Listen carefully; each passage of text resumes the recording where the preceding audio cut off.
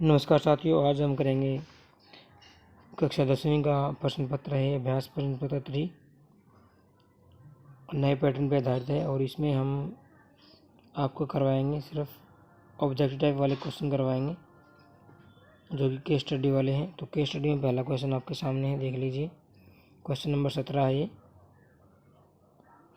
इसको ध्यान से पढ़ सकते हो आप। इसके बारे में थोड़ा पढ़ लेते हैं क्या दिया गया है। थोड़ा इसके बारे में पढ़ लेते हैं क्या दिया गया है कि एक कक्षा में 4 दोस्त हैं। ए, बी, सी और डी बेड पर बैठे हैं।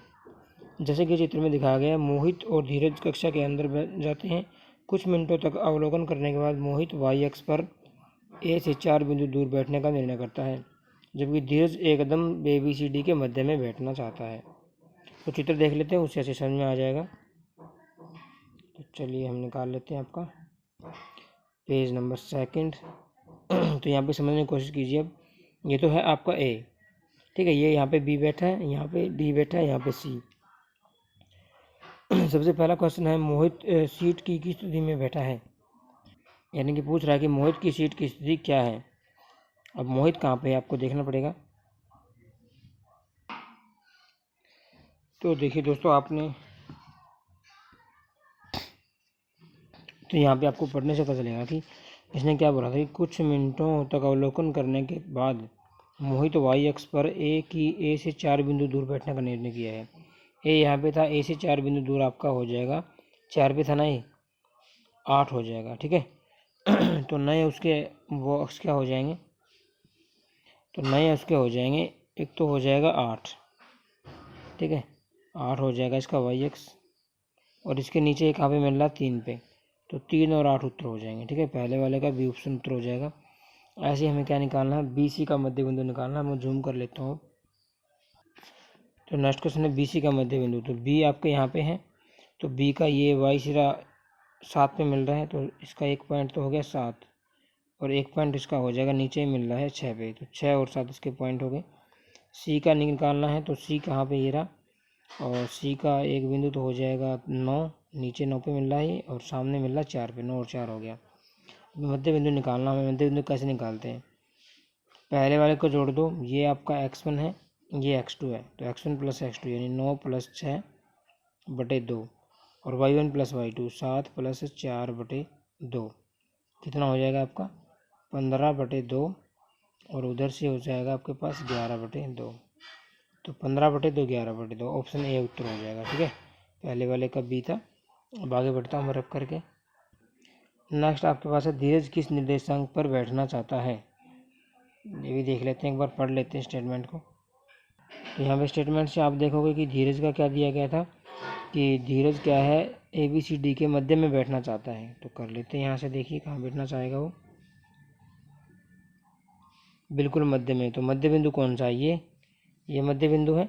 और यहाँ पे आपका वाई एक्स पॉइंट तो 6 है, नीचे की 6 की तरफ मिल रहा है, और सामने ये मिल रहा है 4 पे, तो 6 और 4 हो जाएगा, यानी ऑप्शन सी उत्तर हो जाएगा, ठीक है। बिल्कुल मध्य में हो गया ना, ये ए बी सी डी इनके मध्य में हो गया, देखो ये, ठीक है। चलिए नेक्स्ट क्वेश्चन देख लेते हैं। ए और बी के बीच की दूरी क्या है। नेक्स्ट क्वेश्चन है चौथा, ए और बी की दूरी क्या है। ए कहाँ थे आपका, ए और बी के निर्देशांक निकाल लो पहले। तो ये आपके सामने ए के निर्देशांक हमारे पास आए थे 4 नहीं, सॉरी 4 नहीं है, 3। एक्स का पॉइंट पहले लगाया था, वाई का बाद में, ठीक है। ऐसे बी के निर्देशांक अपने पास थे, एक्स का पॉइंट पहले 6, और ये कहाँ पे मिल रहा है सामने 7 पे, 6 और 7 लगा लो। दूरी सूत्र क्या होता है, under root x2 minus x1, 6 minus 3, ठीक है। डायरेक्ट फॉर्मूला याद रखो आप। y2 क्या है 7, y2 माइनस y1 कितना है 4, 7 माइनस 4 का स्क्वायर। अंडर रूट अभी हटानी है, 6 माइनस 3 कितना बच गया 3, 3 का वर्ग, उधर 7 में 4 गया 3 का वर्ग, 3 का वर्ग कितना हो गया 9, इधर भी 9, 9 और 9 कितना हो गया 18, 18 का अंडर रूट है। इसमें इसको ले सकते हैं हम 9 गुणा 2, अलग अलग रूट करेंगे तो 9 का तो आ जाएगा 3, और इसका निकलेगा नहीं, 3 अंडर रूट 2 आंसर आ जाएगा, ठीक है। रब कर रहा हूँ मैं इसको, देख लेते हैं कौन सा उत्तर होगा। 3 अंडर रूट 2 इकाई आ जाएगा, कुछ भी नहीं दिया हो तो इकाई मानेंगे, सेंटीमीटर मीटर कुछ नहीं दिया है, तो 3 अंडर रूट 2 यह वाला आंसर हो जाएगा। रेखा सी डी का समीकरण क्या है, सी डी का समीकरण निकालना है। तो पहले तो आपको रेखा सी डी निकालनी पड़ेगी। ये है रेखा सी डी आपके पास, ये हो जाएगी, ठीक है। इसका समीकरण हमें बताना है। पहले इसके पॉइंट देख लो क्या है। डी के पॉइंट आपके पास हो जाएंगे 6 और 1, और सी के पॉइंट आपके पास हो जाएंगे 9 और 4। इनसे आएगा समीकरण। देखिए समीकरण निकालने के काफ़ी सारे तरीके हो सकते हैं। 6 और 1, 9 और 4 पॉइंटों का ध्यान रखना, ठीक है। अपने पास ये समीकरण दिए गए। देखिए पहले वाला समीकरण है x माइनस वाई माइनस 5 बराबर 0। 6 और 1 पॉइंट था ना, अगर ये इस पॉइंट से पास होकर जाएगा इसका मतलब इसको सेटिस्फाई करेगा। तो x की वैल्यू यहाँ पे 6 है, y की वैल्यू 1, इसे पुट करना है एक बार। 6 यहाँ y की वैल्यू -1, आपका 0 आंसर आना चाहिए। देखो 6 में से गया 5, -5 बराबर 0, कट गया ना, 0 बराबर 0। एक को सेटिस्फाई कर लेते, सेटिस्फाई होगा ना एक पॉइंट बस, तो इसका मतलब यही वाला आंसर होगा। कहीं भी सेटिस्फाई नहीं करेगा ये पॉइंट। अगर सेटिस्फाई भी कर जाए तो दूसरा पॉइंट चेक कर लेना 6 और 9 का। नमस्कार साथियों, अब हमारे पास क्वेश्चन नंबर आ गया है 18। एक इलेक्ट्रिशियन को 5 मीटर ऊंचे खंभे पर एक बिजली का काम करना है। 5 मीटर ऊंचे खंभे पर करना है, यानी यहाँ से लेके यहाँ तक 5 मीटर है। मरम्मत कार्य करने के लिए उसे खंभे के सिरे से 1.3 मीटर नीचे एक बिंदु तक पहुँचना है। 1.3 मीटर एक बिंदु तक, 5 मीटर ऊंचा खंभा है, ये बिंदु हो गया 1.3 मीटर इधर। वह बिंदु तक पहुँचने के लिए ज़मीन पर एक सीढ़ी रखती है जो ज़मीन के 60 डिग्री कोण बनाती है। एक सीढ़ी रखी उसने ये, जो इस पर 60 डिग्री कोण बना रही है। अब नीचे लिखे क्वेश्चन के आंसर हमें देने हैं। तो पहला क्वेश्चन आपके सामने है, सीढ़ी की लंबाई क्या होगी। सीढ़ी की लंबाई हमें निकालनी है, यानी आपको किसकी वैल्यू निकालनी है, इसकी वैल्यू निकालनी है। ये सीढ़ी होगी, ठीक है। इसको मान लेते हैं हम ए बी सी मान लेते हैं, यानी आपको ए सी निकालना है। तो जब भी कुछ निकालना हो तो हम क्या करेंगे, जो निकालना हो ऊपर रखो ए सी, दिया हुआ क्या इसमें बी सी, उसको नीचे रख लो। आपको पता है ए सी बाई बी सी क्या होता है, कोसेक होता है। और कोसेक कितना हो जाएगा, यहाँ पे ये वाला एंगल लिया जाता है, कोसेक हो जाएगा 60 डिग्री। और कोसेक 60 डिग्री का मान होता है दोस्तों 2/√3। ये भी आपको ध्यान रखना पड़ेगा। अब बी सी की वैल्यू आपको पता नहीं है, क्योंकि आपको, या मैं डी पॉइंट मान लेता हूँ, तो आपको बी डी की वैल्यू दी हुई है 5 सेंटीमीटर, ठीक है। 5 सेंटीमीटर दी हुई है। बी सी की वैल्यू निकालोगे तो 5 में से क्या घटा दोगे, ये 1.3 घटा दोगे, तो कितनी आ जाएगी, ये आ जाएगी 3.7 आ जाएगी। 3.7 इंच मीटर जो भी है ये आ जाएगी, ठीक है। तो यहाँ पे वैल्यू रख दो। तो ए सी की वैल्यू क्या हो जाएगी, ए सी की वैल्यू हो जाएगी उस साइड 2/√3, और ये बी सी है उस साइड जाके, राइट साइड जाके मल्टीप्लाई हो जाएगा, यानी ये आ जाएगी 2/√3 और इंटू में आ जाएगी 3.7, ठीक है। और इसको आप सॉल्व कर लेना, तो ये आपका आंसर आ जाएगा, ए आंसर हो जाएगा, ठीक है। नोट कर लो आप इसको, मैं इसको रफ करने जा रहा हूँ। नेक्स्ट क्वेश्चन आपको निकालना है। नेक्स्ट क्वेश्चन आपके पास है, सीढ़ी के पाद बिंदु से खंभे की दूरी, यानी ये हमने ए माना था, ये बी, ये सी, तो आपको ए बी की लंबाई निकालनी है। ए बी की लंबाई निकालनी है, ए बी ऊपर रखो, ये दिया हुआ है, सॉरी ये 5 नहीं है, 3.5 है, ध्यान रखो। 3.7 है ये बी सी, ध्यान रखना, ये 3.7 है। तो ये दिया हुआ है, तो देखिए यहाँ पे क्या आपका बेस होता है, बेस यानी आधार बटे ये लंब, आधार बटे लंब क्या होता है, कोट। कोट कितना हो जाएगा यहाँ पे 60 डिग्री, और कोट 60 डिग्री आपका होता है 1/√3 होता है शायद, चेक कर लेता हूँ मैं। इसकी वैल्यू होती है √3, ध्यान रखना, ठीक है। इसकी वैल्यू होती है आपके पास √3/1 लगा लो, या √3 बोल दो, ये वैल्यू है इसकी। अब क्या करेंगे, ए बी की वैल्यू चाहिए, तो ए बी क्या हो जाएगा, √3/1 को तो छोड़ ही देता हूँ, और ये जाके इस साइड मल्टीप्लाई हो जाएगा। इसकी वैल्यू 1.732 होती है, और इसकी 3.7, तो आपका आंसर देख लो क्या हो जाएगा। मुझे लगता है हमें फिर से वैल्यू गलत कर दी। कोस होता है, देखो कोस 60 डिग्री बाई साइन 60 होता है आपका कोट। कोस 60 डिग्री वैल्यू होती है 1/2, और इसकी होती है √3/2, ये हो जाएगा 2/√3। तो 1/√3 आंसर आएगा आपका, ठीक है। ये गलत कर दिया हमने, पूरा रफ कर रहा हूँ आपके लिए। तो ये वैल्यू आएगी दोस्तों √3, सॉरी फिर गलत कर दिया, 1/√3 आएगी, ठीक है। तो ये ए बी की वैल्यू आ जाएगी 1/√3, और ये जो था उस साइड जाएगा मल्टीप्लाई हो जाएगा, 3.7। इसको सॉल्व कर लेना, आपका आंसर आ जाएगा और ये आंसर आपका होगा, ये हो जाएगा बी उत्तर हो जाएगा। ठीक है, 2.14 आपका आंसर हो जाएगा। नेक्स्ट क्वेश्चन देख लेते हैं।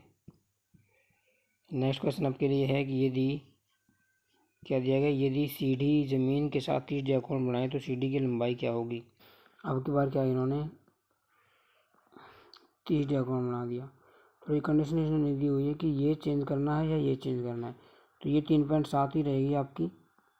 ठीक है, ये बी था, ये सी था, ये ए था।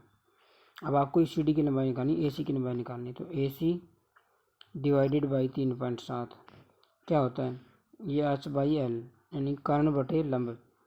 कोस हो गया, कोसेक कितना 30 डिग्री,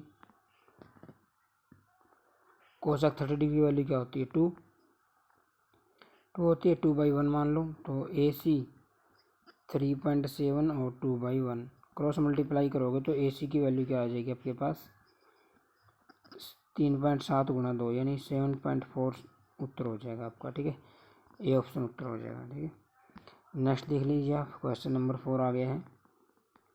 ये तो बहुत ही आसान है। खंबे और सीढ़ी के बीच का कोण क्या है, यानी ये कोण बनाता ना यहाँ पे, ये वाला कोण, इसको मान लेते हैं ये एक्स है। तो एक्स प्लस ये कितना हो गया 90 डिग्री और प्लस 60 डिग्री, तीनों कोणों का ये क्या होगा 180 डिग्री। एक्स आपको निकालना है, 90 60 150 डिग्री हो गया, उस साइड जाके 180 डिग्री माइनस 150 डिग्री हो जाएगा, तो 30 डिग्री आपका उत्तर हो जाएगा, यानी ऑप्शन बी उत्तर हो जाएगा। दोस्तों नेक्स्ट क्वेश्चन पे बढ़ते हैं। क्वेश्चन नंबर 5 भी है इसका। ये क्वेश्चन नंबर 5 देखिए, जहाँ मरम्मत का कार्य होना है जमीन से उस बिंदु तक खंबे की लंबाई क्या होगी। देखिए यहाँ पे 1.3 था, ये पूरा खंबा कितना था 5। कार्य कहाँ पे होना है यहाँ पे, और इसकी दूरी बतानी ज़मीन से, यानी ए बी ए सी मान लो, इसको डी मान लो, तो ए डी की लंबाई बतानी है आपको, ए सी मान लो इसको। तो क्या हो जाएगा ए सी हो जाएगा 5 में से क्या घटाओ तो 1.3 घटा दो, यानी कि 3.7 मीटर आपका उत्तर हो जाएगा। ठीक है, सी ऑप्शन। नेक्स्ट क्वेश्चन आपके सामने देखिए, मैं मार्कर यूज कर लेता हूँ। केंद्रीय विद्यालय दिल्ली कैंट में कक्षा 10 के 3 विभाग हैं। कक्षा 10 में कुल 100 विद्यार्थी हैं। विद्यार्थियों द्वारा प्री बोर्ड परीक्षा में प्राप्तांक निम्न तालिका में दर्शाए गए हैं। प्राप्तांकों का माध्य क्या है, माध्य 53 है। तो देखिए प्राप्तांक है 0 से 20 अंक प्राप्त करने वाले 15 विद्यार्थी हैं, 20 से 40 18, 40 से 60 21, 60 से 80 29, 80 से 100 प्राप्त करने वाले पी हैं। वैल्यू नहीं दी हुई है, पी दिया हुआ है, हमें ये पी भी निकालना पड़ेगा। पहला क्वेश्चन तो यही है, कितने विद्यार्थियों ने 80 100 के बीच अंक प्राप्त किए, तो कितने 80 100 के बीच पी है, तो पी की वैल्यू निकालनी पड़ेगी। तो देखिए कैसे करेंगे, इसमें मैंने निकाल रखा है। देखिए आपको क्या पता है, ये जो विद्यार्थियों की संख्या टोटल 100 दी हुई है, इसका मतलब इनको जोड़ लो 15 18 21 और 29 और इसको जोड़ लो साथ में, ये हो जाएगा 83 प्लस पी। ये सभी की वैल्यू क्या दी हुई है 100 विद्यार्थी है ना, तो पी विद्यार्थी कितने आ जाएंगे 100 माइनस 83, यानी कि 17 उत्तर हो जाएगा आपका। यानी 17 विद्यार्थी क्या होंगे, जो 80 100 के बीच में 17 विद्यार्थी होंगे, ऐसे निकालना है। ठीक है, ध्यान रखना जो विद्यार्थियों की संख्या दी है वही टोटल संख्या यहाँ पे होगी, ये ध्यान रखना आपको इस चीज़ का। कोई वैल्यू नहीं दी है तो आप इजीली ऐसे निकाल सकते हो। नेक्स्ट क्वेश्चन आपके पास है, बहुलक वर्ग की निम्न सीमा क्या है। देखो दोस्तों, ये तो निम्न सीमा है, ये सारी निम्न सीमाएं हैं पहली इन वर्ग अंतरालों की। ठीक है, ये उच्च सीमा है, मैं अलग कलर से ले रहा हूँ उच्च सीमा को, ये उच्च सीमा कहलाती है आपकी 40 60 80 100। अब इसने कहा है बहुलक वर्ग, बहुलक वर्ग वह वर्ग होता है, ये 17 आ गया आपका, जिसमें विद्यार्थियों की संख्या ज़्यादा होगी, इसको बारंबारता बोलते हैं, इसको वर्ग अंतराल बोलते हैं, ये चीज़ ध्यान रखना आप। तो जिसकी बारंबारता ज़्यादा होगी, जिसमें विद्यार्थियों की संख्या ज़्यादा होगी, इसमें ज़्यादा है, तो ये बहुलक वर्ग हो गया आपका 60 से 80 का। ठीक है, तो इसमें पहले वाले ये तो है निम्न बारंबारता, ये उच्च, इसने क्या पूछी निम्न, तो निम्न क्या हो जाएगी ऑप्शन सी 60 उत्तर हो जाएगा। दोस्तों बहुत ही आसान है। नेक्स्ट क्वेश्चन देखिए, बहुलक अंक का क्या मान है। बहुलक अंक का मान हमें निकालना पड़ेगा इसमें, और वो सूत्र द्वारा निकालना पड़ेगा आपको, ये वाला सूत्र लगेगा, मैं बता देता हूँ। दोस्तों यहाँ पे ध्यान देने वाली बात यह है कि आप देखिए, एक बार लेफ्ट साइड देखिए, आप राइट साइड देखिए, जो है ये बहुलक वर्ग का फॉर्मूला कहलाता है L plus F one minus F not divided by 2f1 minus f0 बोल सकते हो आप इसको, माइनस f2 इंटू में h। अब यहाँ पे मैं आपको बता दूँ कि यहाँ पे जो बहुलक वर्ग है ये वाला है, ठीक है, ये आपका f1 कहलाएगा। इससे पहले वाली बारंबारता आपकी f0 कहलाएगी।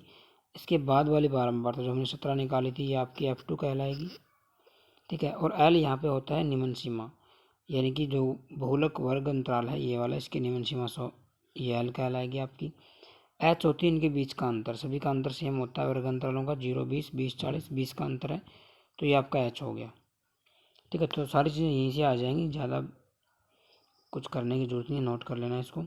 अब मैं आपको ये सॉल्व किया हुआ क्वेश्चन दिखा रहा हूँ, ठीक है, जूम कर लेता हूँ थोड़ा सा। तो ये क्वेश्चन आपके सामने है, देखिए बहुलक हमें निकालना है एल प्लस वही फॉर्मूला हो गया, एल 60 हम निकाल चुके हैं, एच होता है उच्च सीमा माइनस निम्न सीमा, 20 हो गई, f1 29, f0 21, f2 17। ये सारी वैल्यू पुट कर दो आप, 60, f1 माइनस f0, f1 कितना था 29 माइनस f0 था 21, 2f1 2 into 29 minus f0 minus f2 into में h, सारी वैल्यूज पुट करोगे तो यहाँ पे आपके पास आंसर आ जाएगा 68, ठीक है। तो ये आपका आंसर हो जाएगा। जब भी बहुलक निकालना हो आपको ऐसे निकालना है। इसको कर देते हैं साइड में और नेक्स्ट क्वेश्चन देखिए आपके पास। नेक्स्ट क्वेश्चन हमें क्या निकालना है, एफ आई एक्स आई निकालना, सिग्मा। जब भी आप माध्यक निकालते हो तो ये सूत्र लगता है आपका, एफ आई एक्स आई, माध्यक को एक्स बार यानी मीन बोलते हैं, और डिवाइडेड में आता है सिग्मा एफ आई। तो यहाँ इसकी जरूरत पड़ती है एफ आई एक्स आई की। देखिए कैसे निकालते हैं, ये भी हमने निकाल के रख रखा है। तो सामने देखिए आपके पास ऐसे निकालते हैं, जो प्राप्तांक है उसको वर्ग अंतराल बोलते हैं, 0 से 20, 20 से 40, 40 से 60, 60 से 80, 80 से 100, ये दिया हुआ है पेपर में, ठीक है। ये बारंबारता आपकी जिसको एफ आई बोलते हैं। वर्ग चिन्ह है, इसको आप एक्स आई बोलते हैं। एक्स आई आप कैसे निकालोगे, जैसे 0 से 20 का एक्स आई निकालने हैं तो इसकी निम्न सीमा प्लस उच्च सीमा बटे 2 ऐसे निकालते हैं, ठीक है। ये इसका आ जाएगा, पहले वाले का कितना आ गया 20/10, सॉरी 20/2, 10 आ गया। ऐसे ही 40 प्लस 20 को जोड़ोगे तो कितना आ गया 60, और बटे 2 करोगे 30 आ जाएगा। ऐसे सभी का एक्स आई निकाल लेना है, वर्ग अंतरालों से निकलता है, ध्यान रखना। अब यहाँ पे क्या है, एफ आई एक्स आई, यानी 15 की और 10 की गुणा, यहाँ पे लिख दो, 18 की और 30 की यहाँ पे, ऐसे ये मल्टीप्लाई की यहाँ पे लिखनी है, फिर यहाँ, फिर 90 और पी की मल्टीप्लाई। अब पी की वैल्यू कितनी 17, तो यहाँ 17 भी रख सकते हो, यानी 90 गुणा 17 हो जाएगा, ठीक है। तो ये आपका आ जाएगा, ये सारे जोड़ोगे तो ये आ जाएगा 370, यानी 770 प्लस 90 गुणा 17, इसको जोड़ लो तो ये आपका आ जाएगा टोटल सिग्मा। सिग्मा का मतलब ही क्या होता है, सिग्मा एफ आई एक्स आई, मतलब ये जो साइड टर्म यहाँ पे दी हुई है एफ आई एक्स आई के नीचे ही जोड़नी है। सिग्मा का मतलब जोड़ ही होता है, सारी जोड़ ली 5300 उत्तर हो जाएगा आपका, ठीक है। ऑप्शन देख लेना कौन सा होगा 5300, वही आपका उत्तर हो जाएगा। तो इसका उत्तर ये हो जाएगा, पहले वाले का उत्तर डी था, ये ध्यान रखना, ठीक है। अब लास्ट क्वेश्चन आ गया है, माध्यक वर्ग की ऊपरी सीमा क्या है। माध्यक वर्ग की ऊपरी सीमा हमने बतानी है, माध्यक वर्ग निकालना पड़ेगा, फिर माध्यक वर्ग की ऊपरी सीमा। तो देखिए दोस्तों, ऑब्जेक्टिव टाइप में क्वेश्चन है, तो ऐसे नहीं है कि माध्यक आपको निकालना पड़ेगा सूत्र द्वारा, सूत्र द्वारा माध्यक निकालोगे देर लग जाएगी। यहाँ पे देखिए, यहाँ पे माध्यक का मतलब होता है बीच, तो इसका बीच क्या है, 2 इधर और 2 इधर, बीच में क्या बचा 21, यानी ये माध्यक है। तो इसकी निम्न सीमा क्या है 40, और उच्च सीमा क्या है इसकी 60, तो 60 ऑप्शन उत्तर हो जाएगा, ठीक है। तो दोस्तों ये हमारा हो चुका है, लास्ट क्वेश्चन आ गया शायद 26 जनवरी, ये पढ़ लेता हूँ मैं, आप भी साथ पढ़ लो क्या दिया हुआ है। 26 जनवरी को क्या है 2021 को दिल्ली में 71वां गणतंत्र दिवस, परेड में कप्तान RS मील 2 समूहों की परेड योजना बना रहे हैं। 32 सदस्यों वाली सेना बैंड के पीछे 424 सदस्यों वाली सेना का पहला दल, 228 बाइकर्स के सदस्यों के पीछे 468 सैनिकों के साथ CRPF सैनिकों का दूसरा समूह। इन 2 समूहों को समान संख्या में कॉलम में मार्च करना है। सैनिकों की इस क्रम के बाद विभिन्न झांकी है जो संबंधित राज्यों को दर्शाती है। आपको कुछ समझ में आ रहा है, इसमें क्या करना है, इसमें आपको क्या करना है, यहाँ से देखिए 32 सदस्यों वाले सेना बैंड के पीछे 624 सदस्यों वाली सेना। टाइगर्स बाई के पीछे 468 सैनिकों के साथ सीआरपीएफ सैनिकों का दूसरा समूह। इसका मतलब इसमें कहीं ना कहीं एचसीएफ एलसीएम यूज होगा। बाकी क्वेश्चन देख के पता चलेगा। ऐसे कितने अधिकतम स्तंभ है जिनमें सेना की टुकड़ी मार्च कर सकती है। अब सेना की टुकड़ी कहाँ पे है, तो 32 तो ये और 624 ये। इधर सेना की टुकड़ी ये 228 बाइकर्स के देशों में 468। यानी आपको एचसीएफ निकालना है।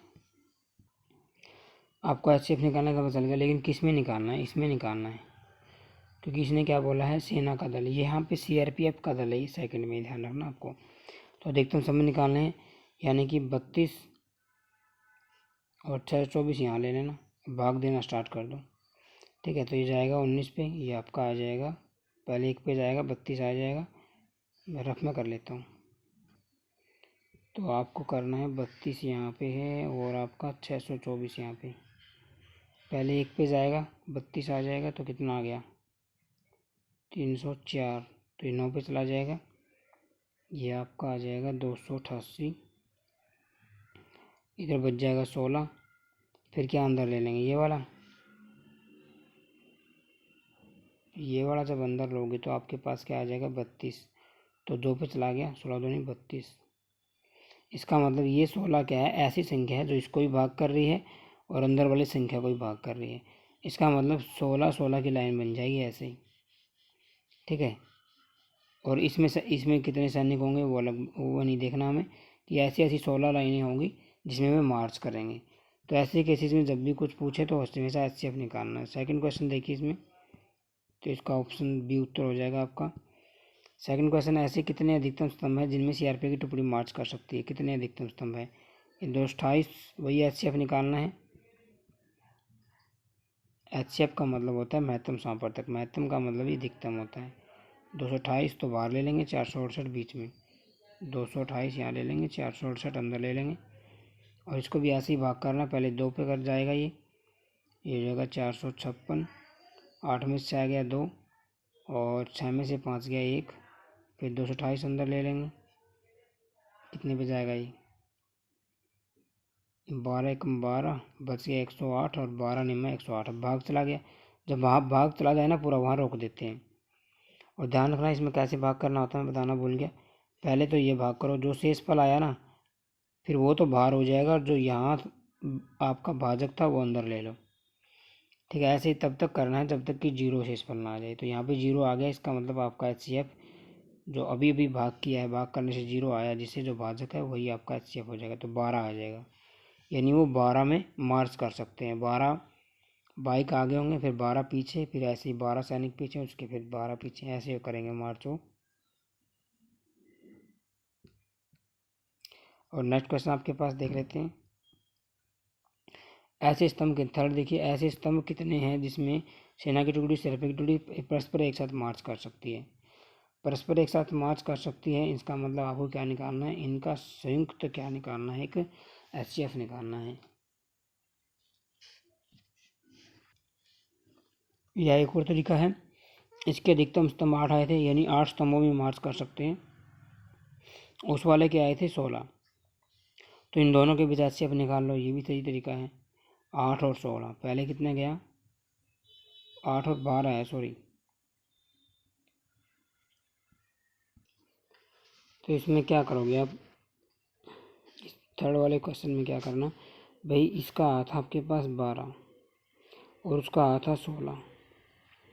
ठीक है, यानी इन दोनों के बीच एचसीएफ और निकाल लो, वो कॉमन स्तंभ आ जाएंगे जिनमें सारे मार्च कर सकते हैं वो, और पूरे के पूरे सैनिक आ जाएंगे, बचेंगे नहीं।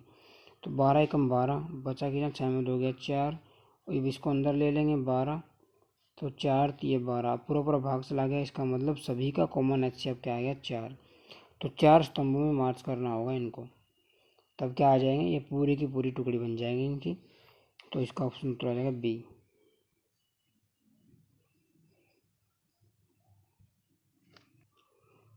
नेक्स्ट क्वेश्चन देखिए आप, नेक्स्ट क्वेश्चन अगले पेज पर है।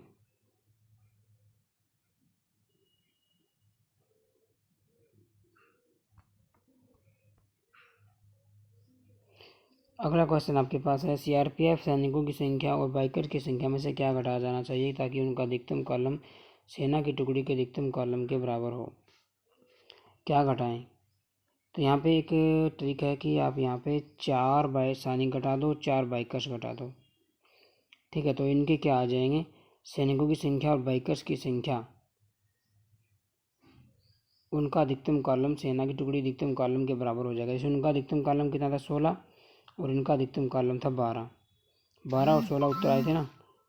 ठीक है, तो दोनों का अभी हमने HCF निकाला, 4 आया था, तो 4 घटाना पड़ेगा दोनों में से, ये उत्तर हो जाएगा। ठीक है, नेक्स्ट क्वेश्चन है, सीआरपीएफ की सैनिक संख्या और बाइकर्स की संख्या में क्या जोड़ा जाना चाहिए ताकि उनका अधिकतम कॉलम सेना की टुकड़ी के अधिकतम कॉलम के बराबर हो। अब बोल रहा है क्या जोड़ा जाना चाहिए, तो अब चेक कर लेना, जब इनमें 12 आप जोड़ोगे, 12 सैनिक जोड़ोगे, 12 बाइकर्स जोड़ोगे, तो उनका जब HCF निकालोगे तो बराबर आ जाएगा। ठीक है, तो ये वाला उत्तर हो जाएगा आपका। HCF मैंने निकालना आपको बता ही दिया है।